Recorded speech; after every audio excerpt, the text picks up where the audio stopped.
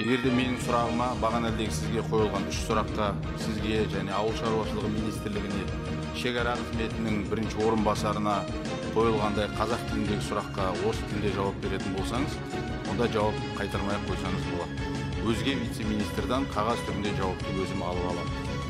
Мемлекеттік қызметкердің мемлекеттік тілдегі қойылған қазақша сұрағына өзге тілде орыс тілінде жауап беру мен нонсенс деп санаймын. Рахмет. Ұлттық экономика министрі. Сұрағыңызға рахмет.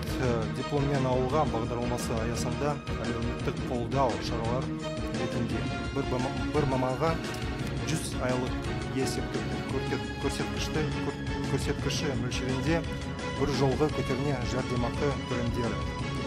Тұрғын үй сатып алуға арналған 0,01% мөлшерлемесімен 15 жылға дейінгі мерзімге 1500 айлық есептік көрсеткіші мөлшерінде бюджеттік кредит қарастырылған.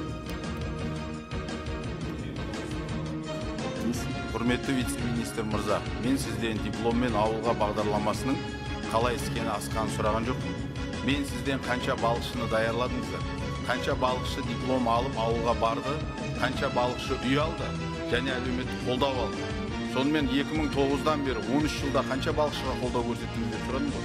Ал дипломмен ауылға бағдарламасын біз сізден артық білеміз. Қанша қаражат бөлінген, қалай іске асып жатқан. Қанша балықшы барды сонымен 2009-дан бері? Есебі бар ма сізде? Кешіріңіз, қазіргі таңда менде толық ақпарат жоқ.